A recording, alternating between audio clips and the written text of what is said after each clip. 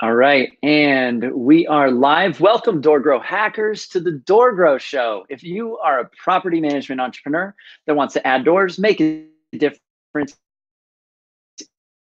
interested in growing your business and life, and you are open to doing things a bit differently, then you are a DoorGrow hacker.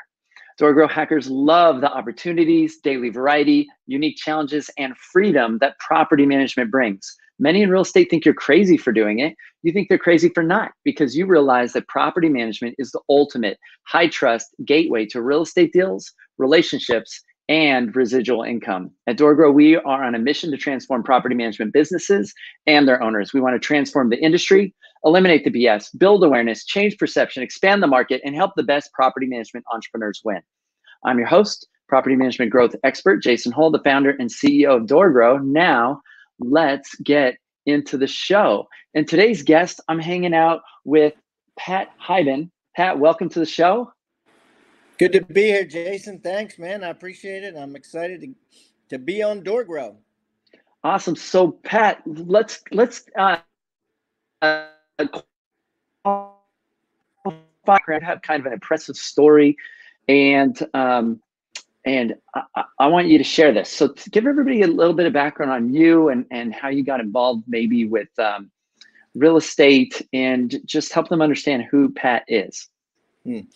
Yeah, that's a big question as far as who Pat is, but it's easier to say how I got involved in real estate. Like I went to college and I got a degree in sociology, and I was going to be a probation officer, and then I couldn't get a job. So what happened was I became an agent, a real estate agent, a poor one in the beginning. I sold 10 houses my first year, made $13,000.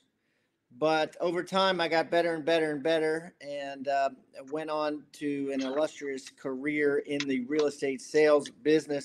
I did practice what I preach, unlike most agents, and I bought houses along the way, and then I rented them out. And then I, played Monopoly a little bit, sold the little greenhouses, bought big hotels, shopping center, lots of apartments, things like that. And then at 46 years old, I retired from selling real estate homes for commissions, and just kind of live off of the income from the real estate that I purchased currently. And now you have, so one of the things in the bio that you had mentioned is you were labeled with a learning disability at the age of 8. And so maybe you could just share a little bit about that and like how you kind of had to overcome. Yeah, absolutely. Basically, I have, I was learning disabled, and, it's all a label, right? And at that point, is that okay? Can you hear me? Yeah, I can hear you. Okay. So at that point, I just like anything, I didn't let it bother me. And, when you're 8 years old, or even 10 or even 16, you're not conscious of any of that. You really aren't conscious of it till later in life when your parents tell you about it. So I got a 2.3 GPA in college. So I didn't really, think of myself as being really smart. I really saw myself more as like a go-getter, someone who would actually be able to just do whatever somebody told me to do. So when the people, my office managers would tell me, Pat, this is what you need to do to sell a house or to get a listing, I would actually listen, where 99 of 100 other agents, wanted to try it their own way or reinvent the wheel. And that's kind of how I grew everything in my life. It's just by copying off of other people. Sure. And you've had a lot of success where a lot of other agents haven't been able to experience success, or they've eventually folded and like just gotten out because they just couldn't make it. And so what do you attribute to being different? Is it just that you would listen and learn, or do you feel like you have a little bit more tenacity and bite than most people? Yeah, I think that, there's one of my favorite quotes is, done is the enemy of perfect, and or perfect is the enemy of done. I guess Yeah. is what it is. Perfect is the enemy of done. So, Uh-huh. I never really had to have things perfect, but I always have had to have things done. So I think that served me in that I would get them done, and then if they weren't perfect and it was a problem, I would hire other people to make them perfect for me so that I could stay in my superpower, which would be, getting business, doing business, making money, right? Yeah. Um, and and so just the fact that it's kind of like Robert Kiyosaki always says, the B students work for the C students. Um, that's kind of true with me, I think. And that I'd be able to get it done. I'd be able to come up with the idea and implement it, or copy off of somebody and implement it. Mm-hmm. Um, and then just hire other people along the way to make it perfect or better. Yeah, I love the idea of perfect is the enemy of done, which is funny because I say to my clients, I have a whole training video that talking about getting their websites launched. I say done is better than perfect. Done is better than perfect. And because once it's done, it can make money. Yeah, It can absolutely. do its job. But Right. If as you're long as trying to you're get it waiting for perfect, you can't make perfect, it money. takes forever. Yeah. So perfect. So let's get into the topic at hand, which is building $1 billion business. How do you build $1 billion business? How do you build $1 billion business? One bite at a time, right? I mean, that's like how do you eat an elephant, right? I mean, that's crazy. I mean, it's like, right? I guess it's just, with me, it was just one sale at a time. Um, one staff member at a time, one commission at a time, and I guess with regards to properties and property management, it's the same thing, right? It's one unit at a time, one door at a time, and you're just building on that. That would be the answer to the question. So many people today want to get rich quick, and the Hmm. truth of the matter is, it's a get rich slow process. You know what I mean? You got to know how to get rich slow.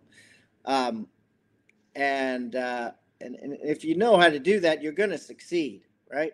It's like, about a decade ago, there was a movie out called The Secret, and the whole half of the movie was talking about how all you needed to do to become a millionaire was sit there and basically, um, Just make a vision affirm to board. yourself, I am a millionaire, I am a millionaire, I am a millionaire. And Yeah. there's a Okay. great quote by Jim Rohn, and he says, affirmation without discipline is delusion. And what Jim meant by affirmation without discipline is delusion is like, you could sit there all day and be like, I'm a millionaire, I'm a millionaire. But at the end Yeah. of the day, if you don't earn a dollar and save a dollar, you're never going to have a million. Yeah. So it really should be, I save $10 a day, I save $10 a day, or I earn $20 a day and save half. Whatever it is, the point is you need to add discipline. Okay. So for those listening and they're struggling in their business or they're wanting to grow their business, what they need to realize it's maybe holding them back. Themselves. Like it's the answers themselves, because there's someone else in another state, another country that has the same goals and aspirations as them. That's so far ahead of them already this year, and there's no difference between them. As a matter of fact, that person somewhere else may be disadvantaged compared to them. In some way, meaning they don't have the money, or they, or whatever, but they don't have the skills, or they don't have the degree, or they aren't the right race or the right sex, or whatever the case may be. They may be disadvantaged in many ways, but I guarantee you that there's tons of them out there that are way ahead of you with the same goals as you, and there's no difference between you two. Yeah. So, I mean, we can hold on to our story of and excuses, or we can get results. And we're the one creating our own blind spot. So if we're the one that's creating our own blind spot, we're the one that's holding ourselves back, then how do we see around that? Yeah, that's crazy. Well, I think that so here's the thing. So what you have to understand is how, of psychology, and how people are raised and how most people are raised. And I'll speak for like America or North America, right? The average 2-year-old boy here's a negative statement from his or her parents or people older than him 16 times for every one positive statement. So they might tell that little boy, "Don't touch that. You're doing that wrong. You know, Calm wipe your down, face. You're be messy." quiet, Anything that's you're all too loud. negative. Okay. It's none of that's positive, right?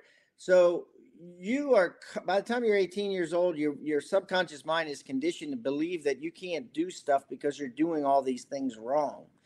And the only way really to reverse that effect on your subconscious mind is to work on your subconscious mind. And that's where you basically take like goal setting to a whole nother level, where you actually set goals, which everybody listening to this probably has goals set.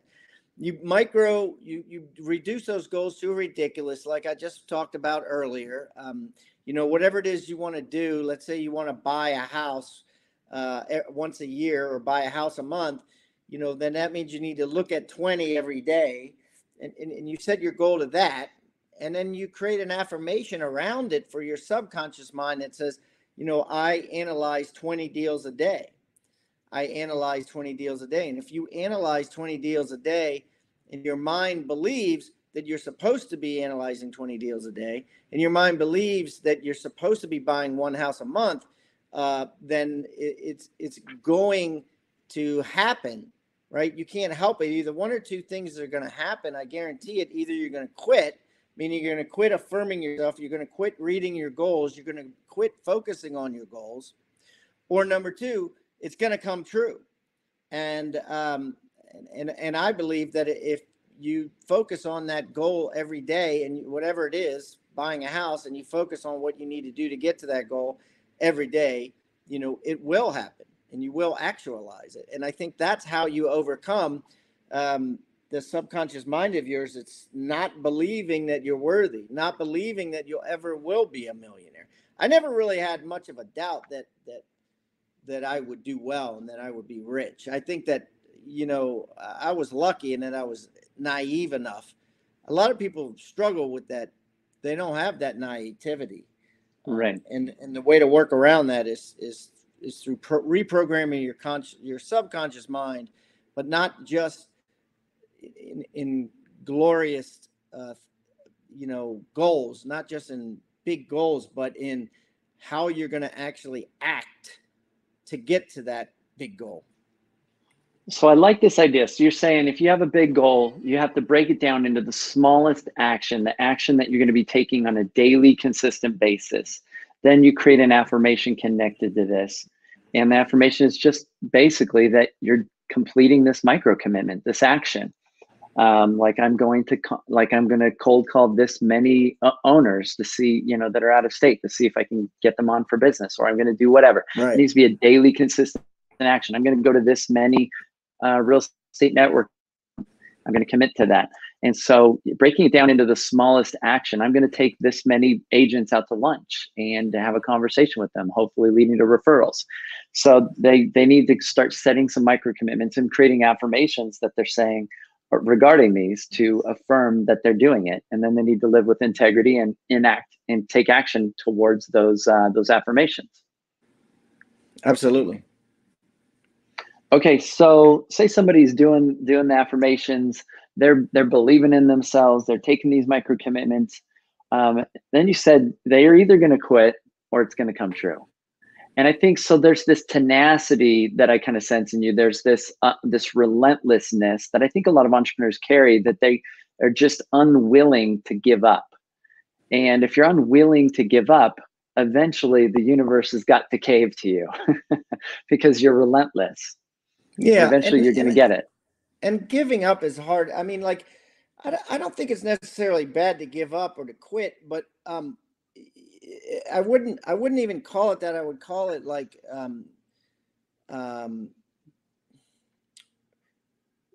what do you call it? I mean, the goal. You don't want to give up on the goal, but the ultimate goal. But you're going to have to change how you get there. You know what I mean? Like, like things are going to pop up in your way, and you're going to have to go around them. And some people would say that would be quitting, but it's not really quitting. You're just doing things a different way all the time, right? You know, I mean, right. Like course correcting. Course correcting, yeah. Yeah, yeah. So I mean, if you know the objective and you're moving towards an objective, sure, there might be a roadblock. There might be something in the way. You might have to pivot. You might have to work around this. You might have to do something a little bit differently. Things might, pop up that you didn't expect. But if you're ruthlessly committed to the outcome and to the goal, it's not so much about how you get there. You're going to change maybe what you're giving. I agree. Cool. So Pat, what in your experience so you've worked with quite a few different entrepreneurs, business owners. What advice would you give to those listening that you would typically give out for those that are wanting to move towards goals and they're struggling to figure stuff out on their own? What would you recommend to them? Are they not setting goals, or are they setting goals and failing? That's a good point. So what if they're not setting goals? What if they don't have any goals right now? Silly, right? Well, then they don't have any goals, right? Then they're never going to get anywhere. I mean, I've had goals since day one. You know what I mean? I mean, I can't imagine life without goals. I mean, even today. So, like, and most people don't have goals, and that's why they're in the situation that they are, right? Your circumstance is a direct result of your goals and how many times you review your goals. Got it. So first step, they've got to set some goals. Then they need to review these on a regular basis. Daily. And I would add something, maybe have an accountability partner. I mean, one of the things we do at GoBundance, the Tribe of Millionaires, is we have what we call peer partners, which are people in the tribe that keep each other accountable. So if their goal is to call 20 out-of-state owners every day, they text them and say, did you call 20 today? And then we have GoPods, which are about 4 to 5 GoBros that are in the Tribe of Millionaires that meet on a bi-weekly basis to talk about their goals, talk about where they're at, what they've done, what they haven't done, that sort of thing. And it works. So the point missing would be the accountability aspect, like how to stay not only set goals, not only create a subconscious affirmation for each goal big and each goal small, meaning action-oriented goals, the discipline-oriented goals, but then create accountability around those discipline-oriented goals to make sure that they get done. Got it. So they need to be accountable to somebody. If they're accountable to no one, then the likelihood of them actually doing it is probably a lot less. Why does Weight Watchers work so well? It's the probably same because thing, right? They have a coach, right? Yeah, and they have to go in and step on a scale every week or every day. They have to write down and track, how many what they put in their mouth. And if you do that and someone's looking at it, it works. But if no one's looking at it and you're not looking at it and you're not stepping on the scale and you're not writing down what you eat, chances are you're not going to lose weight. Yeah. So I worked out with a trainer for a solid year to get in shape, and he had me fill out a spreadsheet every time I showed up. Like once a week, he was pinching me with like things to measure my body fat. Like there was no hiding. He was like, I could tell you like didn't eat right this week, or he'd say, I could tell you haven't been getting sleep because you're retaining water. Like you could just tell this stuff. He'd done this with so many people, and so so there's that accountability leveled up the results. Same thing with working with any business coach that I've worked with. There's this level of accountability in that I'm checking in with them. I know I'm going to be talking to them and saying, they're going to ask me, did you keep your commitments? Did you do what you said you were going to do? And I think that there's that positive pressure. We're so good at applying negative pressure to ourselves. But I think it's rare for us as entrepreneurs to apply pressure in a lateral or a positive way among our peers or among people that their goal is to level us up. But we certainly are really good at attracting people around us that tell us we can't do things, that it's difficult, that we should maybe go get a job. We've all heard these kind of things as entrepreneurs. We really do need to have some sort of accountability. We need friends, we need partners, we need those that are in our corner. We need a coach, we need mentors, we need people that believe and can support us in our objectives rather than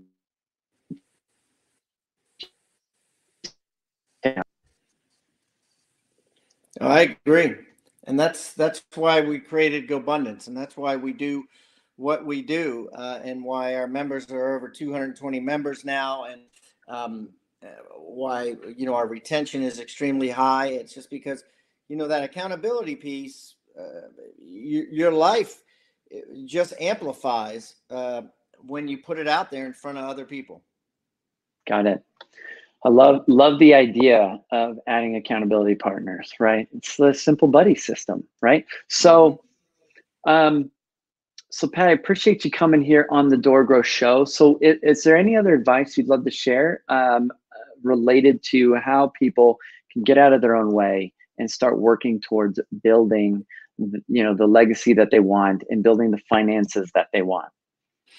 Well, yeah, I mean, I think, I'm sure everybody here has heard of the classic book, Think and Grow Rich. And what happened in You said Think and Grow Rich? Yeah. By Napoleon Hill? Yeah. Okay. And what Napoleon Hill did is he just went around to rich people and he asked them, how did you get rich? What are your habits, right? And there was a newspaper article that said Napoleon Hill, if you had to break it down into two things, like I actually asked for one thing, why people fail to succeed. And he said, I don't have one, but I have two. He said, The first is that they give up too soon. He said, They give up too soon. They're right about to hit gold and they stop digging. Yeah. And he said, the second one is they fail to establish a proper mastermind. And he was the one that came up with the mastermind concept. He had a mastermind with Harvey Firestone, Thomas Edison, Henry Ford. I mean, these are all big name people, and they would hang out and grill marshmallows and at a fire and share secrets, right? And that's kind of how we came to write our latest book, which is Tribe of Millionaires. And I want to give everybody on the show an opportunity to get a copy of this, if I could. Yeah, absolutely. It's you can get a free copy by going to tribeofmillionaires.com. That's tribeofmillionaires.com. All you got to do is pay the shipping. And it's a story of a guy who loses touch with his father. And for 20 years, he doesn't see his dad. But then his dad dies and he has to settle the estate. And he sees the pallbearers of his dad's coffin, and there's 6 guys, and they're all billionaires and multimillionaires. And he scratches his head because he's like, I thought my dad was a deadbeat. How are his pallbearers billionaires? And then he's lucky enough that in order to get his estate, his dad wants him to spend a week with all these rich guys. And what ensues is lessons that he learns, and he journals about these lessons, after spending or during his week-long time with these 6 pallbearers. And that's what Tribe of Millionaires is about. So you can get it on Amazon for $20, but you're welcome to have it for $7 or free. Really, all you're doing is paying $7 shipping. You just go to tribeofmillionaires.com. Perfect. All right. Appreciate that. So, all right. Check out tribeofmillionaires.com. And it sounds like a really good story that teaches some lessons. regarding money and finances and growing your business? Okay, great. So, well, cool. I appreciate you sharing that, Pat. Any other words you want to share before we let you go? Nope, I'm easy to find. Luckily my last name is not real popular, so it's, just type in Pat Hiban, Hiban, and it will. You can find me in multiple places, and follow me on social media, Instagram, Facebook, everywhere. Perfect. All right, Pat. Thanks for coming on the Door Grow Show. Appreciate you. My pleasure. All right, we'll let Pat go. All right, so there you have it. Check out, get a free copy of his book. He said you could go to tribeofmillionaires.com. And if you are a property management entrepreneur that's wanting to grow your business, if you're looking to connect with other entrepreneurs and wanting some accountability from me as a coach and some support, I recommend you reach out to DoorGrow. We would love to help you grow your business. And until next time, to our mutual growth. Bye, everyone.